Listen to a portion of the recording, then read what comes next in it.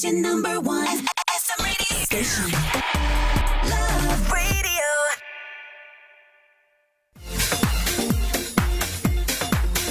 Hey! Tambala na! At eto na sila, ang nag-iisang masugid na tagahanga ni Nicole Yala. Chris Chuper!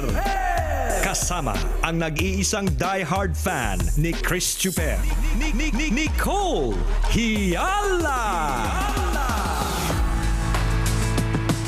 Mula sa Mahiwagang Burnay, ang kwento.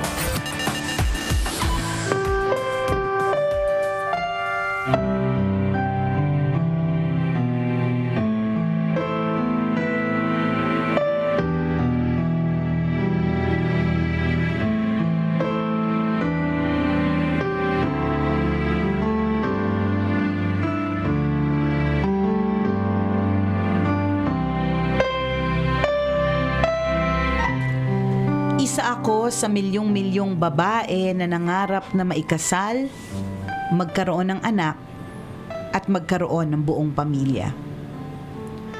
First year college ako noon nang una akong magmahal. Tumagal ng halos 3 taon ang relasyon namin. Akala ko ay siya na ang una't huli kong mamahalin, pero nabigo ako.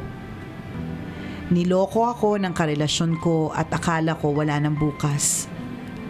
Sobrang nadepress ako at sobrang hirap makalimot. Nag-focus na lang ako sa pag-aaral at awa ng Diyos nakatapos naman ako. Lumipas ang halos 3 taon. Muli akong nagmahal. Siya ang naging mundo ko at ramdam na ramdam ko na ako din ang mundo niya. Masayang masaya kami at naniniwalang kami na talaga para sa isa't isa. Ang sarap sa feeling yung araw-araw kang kinikilig at parang minuminuto kang in love. Hindi nagtagal, nagplano na rin kaming magpakasal. Pero sa kasamaang palad, isang aksidente ang naghiwalay sa aming dalawa. Dahil yon ang kinamatay niya. Sobrang down na down ako. Hindi ko alam ang gagawin ko pero sabi ng mga magulang ko, laban lang anak. Madami pang bukas ang dadating. Wag na wag kang susuko, alam ng Diyos na makakaya mo ito. Wag kang matatakot na magmahal muli. Binigyan ko ng chance ang sarili ko muling bumangon. Hanggang sa makilala ko si Red na siyang tumulong sa akin na makalimot. Hiwalay siya sa asawa at may isang anak. Gusto ko sanang makasal kami pero kasal siya sa ex-wife niya. Ang sabi ng tatay ko, nasa pagsasama naman daw yan. Meron nga dyan, kasal na pero hindi naman maayos ang turingan. Kung mamahalin at igagalang namin ang isa't isa, maitatama din daw ang pinasok naming komplikadong buhay. Nagsama kami ni Red, pero taon na ang lumipas, hindi pa rin kami mabiyayaan ng anak. Dumating sa punto na sa sobrang desperado ko, galit na ako sa mga bata at lalong galit sa mga buntis. Kung saan-saang doktor at ospital na kami nakarating. Naubos na ang mga ipon namin ni Red at ipon ng parents ko, magka-baby lang kami. Pero isang araw, dumating ang isang blessing. Dininig ni God ang matagal ko ng panalangin. Isang baby ang pinaampon sa amin. Hindi daw ito kayang buhayin ng mga magulang nito. Pagkapanganak sa bata ay ibinigay agad sa amin. Nagpapasalamat ako dahil kahit hindi ko dinala ng 9 na buwan sa sinapupunan ko ang bata, at least ay naging nanay pa rin ako para sa bata. Mahal na mahal namin ni Red ang bata. Binigyang kulay ng sanggol ang gusto kong buuin na pamilya. Lumipas ang ilan pang taon. Biglang sumabog ang isang malaking balita. isang batang babae ang dumating sa bahay na sinasabing anak daw ni Red. Hindi ko na naman alam ang gagawin ng mga panahon na yon. Galit na galit ako at ang sentimiento ko, hindi na nga ako naikasal, hindi na nga ako mabuntis, eto na naman ang isa pang problema. Bakit ba kasi paulit-ulit akong nasasaktan? Nang makumpirma na anak nga ni Red ang bata, galit na galit talaga ako. Ngunit sa kabilang banda ay nagkaroon naman ako ng malasakit sa bata. Tinanggap ko siya ng buong buo dahil naisip ko na wala naman siyang kasalanan sa nangyari. Ngayon, masasabi kong buo pa rin ang pamilya ko. Natutunan ko na ring tanggapin na naging kapalaran ko at magpasalamat sa kung anong meron ako. Sa wakas, ay masiselyuhan na rin ang pagmamahala namin ni Red dahil nalalapit na ang aming kasal. Sa naging karanasan ko, napatunayan ko na wala naman talagang perpektong buhay at walang perpektong pamilya. Pero bawat isa ay binibiyayaan ng kakayahang magmahal at magpasaya sa mundong ito. Ako po si Edeline, isang tambalanista, at ito ang aking kwento.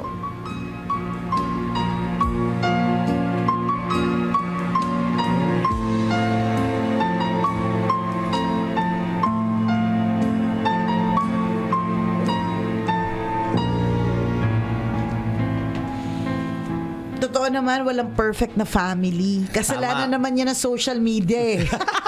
Masyadong pinoproject ng ibang mga tao yung perpekto nilang buhay kahit hindi naman talaga perpekto. Kasi normal naman yun eh. Kasi parang ang sarap i-unfriend, i-unfollow at i-block yung mga taong nega masyado sa Tama. social media, Oo, di ba? nakakahawa kaya ang Nakakahawang negativity. So most of the time, kung meron silang ipopost, ang ipopost nila happy moments, mga perpektong moments. Tama. Pero ang katotohanan doon, hindi man sila nag-aaway lagi, pero hindi talaga sila perpekto. That's the truth. Tama, yun kasi yung lagi nating impression kapag nakakita tayo ng isang family na talagang nag-travel together, tapos makita mo saya-saya nila sa Disneyland, halimbawa, hindi nyo alam yung struggle na pinagdaanan yan. Bago sila makarating doon, Oo. 'di ba? Ang nakita lang natin, masaya silang magkakahawak ng kamay, may hawak na balloon yung anak, tapos yung tatay bago ang damit, yung nanay bago din ang damit. Twinning-twinning pa So, sila. I love Mickey. yan. Ganyan, 'di ba? Iisipin natin, wow, such a Ang perfect life. rangya-rangya. Oo, 'di ba? Ang hindi mo alam, Yes, baon sa utang yan. correct. May possibility bago sila Oo. nakarating doon, nagkabaon-baon muna sa Tama. utang. Or kung hindi man sila nabaon sa utang, ang tagal nilang inipon. Tama. Baka nagbenta pa ng kidney yung tatay. Pwede. Yung nanay gumaan kasi wala nang gallbladder. Alang-alang sa Disneyland. Hindi natin masasabi May Hindi mga natin masasabi Ganun yung struggle ng tao na hindi natin alam. Hindi natin nakikita kasi nga hindi naman pinopost doon eh. Parang wala ka naman nakita na caption sa Disneyland na nakalagay, yes, nang dahil sa binenta kong kidney. Nakapunta ang pamilya ko sa Disneyland. Kung man may magsusulat nun, it must be a love radio DJ na nagjo-joke, Oh. 'di ba? Na nagjo-joke May lang. celtic po, ganon. Oo. Pero walang aamin, 'di ba? So totoo na walang perpektong pamilya. And dun sa kwento ng buhay ni Edeline, sobrang hindi yan yung ideal eh. Yung kanya, yung setup na pinasukan niya talagang hindi ideal. It's not something that you'd like, 'di ba? Yung ganun. Yung papangarapin mo. Oo, 'di ba? Hindi. Kasi ang laging pangarap siya, ano yung umpisa niya, 'di ba? Isa ako sa milyong-milyong mga babae na nangarap na maikasal, 'di ba? Talagang ang ideal is boyfriendin, magpo-propose, Yan. ikakasal, magkakaanak, yan, 'di ba? Yung kanya hindi eh. Talagang ang daming Chapsuy. Oo. Ang daming pasikot-sikot na kwento, panset, 'di ba? Tama. Pero in the end, ikakasal ka. So kung yung pangarap mo ikasal, maitutupad din naman talaga. Ibabalik ka talaga ni Lord kung saan ka dapat eh. May mga dadaanan ka talaga kasi it's a product of our choices. Produkto Correct, ito ng mga desisyon natin. Kaya minsan napapariwara. Minsan, nagkakamali sa pagdedesisyon. Pero in the end, igaganon ka ni Lord. Itatama ka niya pa rin. Doon. Ganon. I-guide ka. I-guide ka. Ganon siya. Doon. Diba? Hindi, kung minsan kasi talagang siguro sinasadya ng Panginoon na dumaan ka sa ganun. Parang yung Oo. perspektibo mo sa buhay. Magbago. Totoo yun. Maging Lahat naman matatag kasi ka. lahat naman na nangyayari sa atin, maganda o hindi maganda. Minsan ayaw pa nga natin yung mga bagay na yun eh. Pero in the end, ang dami pala nating mapupulot na aral doon. Meron akong kakilala. Kakilala. Bakit nabasa mo na kaagad yung nasa isip ko? Ano daw sabi nung anong kwento ng kakilala? Hindi ko Anong kakilala. chismis Kakilala na ng naman kakilala yan? ko. Oh, sige, go. Parang itong talagang tao na to is sobrang yung eagerness niya na ma-promote sa trabaho. Nandoon. Oo, judge, partner, judge. So, Judge siya. ma-promote sa isang napakagandang posisyon. Okay din pala makakilala. Oo nga. Mga ganun Big time. na ma-assign sa lugar na yon. Yan. Okay. So, promotion. Kaya lang hindi napunta sa kanya. Okay. Yung promotion na yun. Siyempre, Inaangad niya. sobrang disappointment yung nangyari sa kanya. Matagal ko na pinapangarap na ma-assign sa lugar na yon. Blah, blah, blah. Ganyan. Super. Oo nga eh.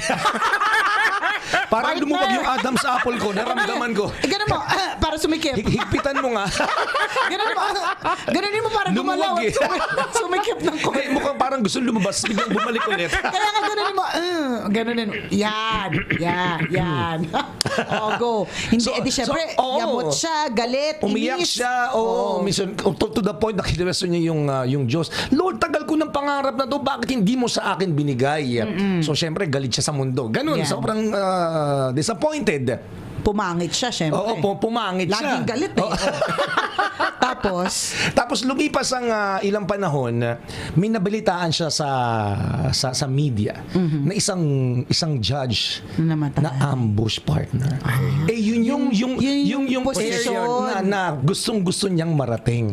Sabi niya, Lord, iniligtas Thank you. mo pala ako sa matinding kapahamakan. Yeah. So, medyo tragic itong pangyayaring to. Pero Correct. yun lang gusto nating iparating na may dahilan po ang mga Kung bagay na bakit. nangyayari sa atin. Minsan ayaw natin, minsan nadidisappoint tayo, nagagalit tayo, kine-question natin. Oo, bakit kailangan mangyari sa akin? Wala naman akong kasalanan, mabait naman Oo. ako, ganyan. Yun pala, may itinuturo sa atin. Or yung pala, God is saving you from greater pain or Yes. greater stress. Kasi mga masasamang nangyari sa atin, talagang tinuturoan tayo ng leksyon yan.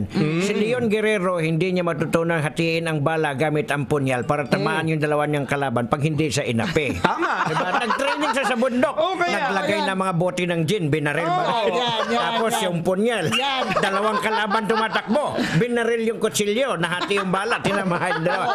So kung hindi siya nakadaan ng hirap, hindi niya magagawa yung Hindi niya skills na yun. magagawa yung Diba ganon. yung ilang miyembro ng Avengers? Yan. Diba hindi lalabas sa mga superpowers sila, hindi sila gagaling makakalipad ura-urada. Diba pag hindi sila ginagalit? Maliban kay Thor. Oo. Tama.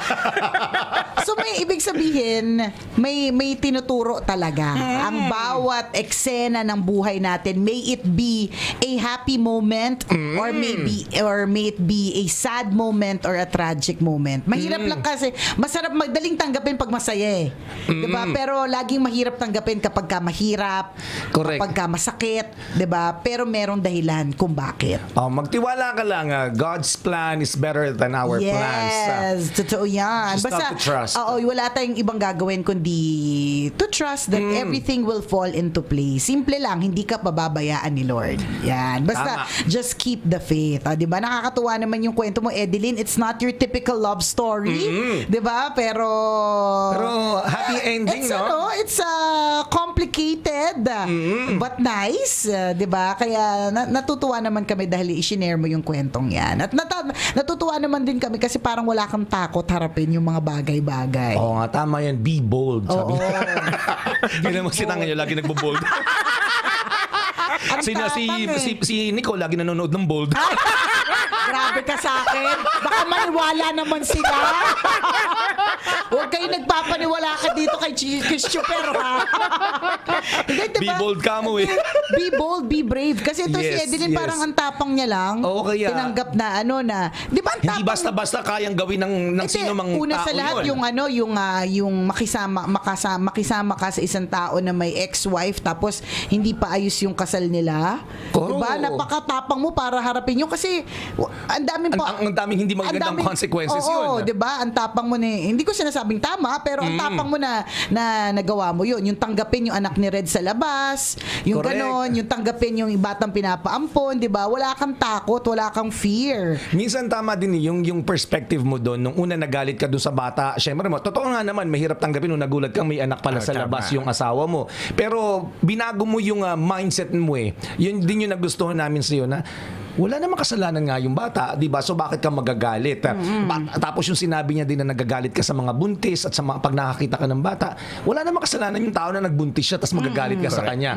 So binago mo yung perspective mo, 'di ba? Kung siguro hindi dahil sa mga pangyayaring pinagdaanan mo, baka hindi din naging ganyan ang perspektibo mo sa buhay. Mahirap ang task ng isang nanay, alam natin yan. Kaya siguro din hindi ka binigyan ng sarili mong anak kasi parang nakahanda ka for a greater task. Dalawang Greater buhay purpose. ng bata Na ang ikaw tutulungan at ikaw ang mag-aayos. Correct, totoo yan. O, 'di ba? At Kaya saludo kami sa iyo. so ikaw na naman yung nasa bagong listahan ng mga bagong lodi ng bayan. Yan. Edeline. Lodi ka namin. Salamat sa pag-share ng kwento sa atin. Sana meron kayong napulot na aral mula sa kwento ni Edeline. Yan, na tinatanggap na lang ang mga bagay-bagay. 'Di ba? Yun yung ginawa niya, parang tinanggap niya na lang eh. Oo. Yun naman talaga. Ito na yung sitwasyon. Kailangan ko nang tanggapin. Kaysa magalit ako, kaysa ma-stress ako sa buhay na to, di ba? Blessing din naman yung magkaroon ng baby. Correct. Thank you, Edeline, for sharing your kwento. At kung ikaw meron kang kwento rin, kabisyo, na gusto mong i-share sa amin, pwede nyo kaming i-email, send your stories at mahiwagangburnaystory@gmail.com. Malay mo, kwento mo na ang ating mabasa sa mga susunod na araw. Kaya send na. Go. Email na po. Napanood mo tangenyo yung isa nag-trending ng weekend? Boy Pindot, nandiyan pa ba? Nag-trending ng weekend yung video, short video ng isang Grab bike driver sa Indonesia. Natawa ka bigla. Oo, nakakatawa kasi yung Grab bike driver na yun sa Indonesia, syempre meron siyang pasahero. Nagulat siya, yung sa pasahero niya, sobrang kamukha niya. Kaya nag-video silang dalawa kasi Kambal-tuko sila. magkambal-tuko sila. Ang nakaka-lurky dito, ang dami nag-send sa akin ng weekend. Nakalimutan ko lang kwento kahapon. Ang dami nag-send sa akin ng weekend kasi kamukha ni Chuper. Boy, Pindot, nandiyan pa ba? Nakakatawa kamukha talaga. Di ba, parang ang amazing, no? Di ba na parang, driver ka, tapos yung pipick up mong pasahero, kamukha mo. Either magulat ka o matakot ka eh. Tapos short lang yung Lord, teka, buhay pa ba ako? Ako ba to? Kasi sobra silang magkamukha. Tapos ang nakakatuwa dito, kamukha sila ni Chuper, para silang triplets, promise. Sabi ko nga, sila po yung mga nawawala akong kapatid. Nagpapasalamat talaga ako sa social media, Yan. sa internet. Kung hindi po Correct. dahil dyan, hindi kami magkikita-kita ng mga nawawala akong kapatid. Ngayon, alam mo, Parto, hindi ka lang pala solong anak. Triplets Tatlo pala. kayo. Baka hinahanap pa ni Boy Pindot kung nasaan. Pero papakita ko sa iyo mga Gawa ka ng content. Yun na nga eh. Split screen na. Diba? Yun nga sabi nga rin sa kanya ni Tanya eh. Malalaos Baka na next yung year, eh. Natabunan na yung video. Wala lang, nakakatuwa lang yung mga ganong klase mga eksena. Pag nakita ko yung nakamukha nyo, naging reaction nyo. Hindi ko alam. Wala pa ako nakita parang kamukha ko eh. Hindi ko sure. Di ba? Yung mga... Pero ikaw na nakita mo yun, naisip mo parang kamukha mo talaga sila. Natawa ako. Tapos medyo natakot ako ng konti. Ayun Alam pala mo, yung mukha ko. Oo, ito pala yung mukha ko. Medyo napikon din ako ng slight. Hindi kamukha mo sila kapag yung parang kasi tawang-tawa sila eh. Tawang-tawa silang dalawa. Yung parang malaman nila magkamukha sila. Oo, di ba parang tawang-tawa sila sobra. Tapos pag tumawa si Chuper, parang ganun yung mukha. Ang tagal ni Boy Pindot. Hindi niya mahanap. Hindi niya mahanap po. So bukas na lang po, papakita namin yung video. Sana magkita-kita kami ng mga kuya ko. Mga kuya! Ayan. Oh. Mga kuya, ingat kayo Diba? dyan. Nasa Parang si Indonesia Chuper. kayo, di ba? Tingnan mo, idikit mo yung mukha ni Chuper. Tingnan mo, lalo na yung nasa kaliwa, di ba? O, kamukhang-kamukha ni Chuper. O, May, di may ba? bigote din, may papapatilya din. Tsaka pag natatawa balbas. yan, yung tawang-tawa, ito, tingnan mo, di ba? Para silang kambal. Oo. Nakakatuwa lang kasi, di ba, isipin mo, sinakay mo kamukha mo. Tapos sinend sa akin ng mga tao, kasi kamukha din ni Chuper. Ayan. O, so far na napatunayan, hindi ka solong Oo anak. nga, oo. Wala lang. Inihiwalay ako, sabi niya. Oo. Nung pinanganak kami sa sa hospital, sabi Yan. niya, tanggalin yung isa dyan, mukhang malas yan.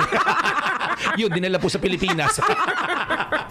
Ay, nako, enjoy the rest of your day. Sana good vibes po ang araw na ito para sa inyo. Muli ako po si Nicole Liala. At ako naman, si Cambio King Chris Chuper. Na nagpapaalala, Walang matatag na relasyon sa malanding may determinasyon. Yun! Ang programang Walang Problema, Hey Tambala Na, ay hatid sa inyo ng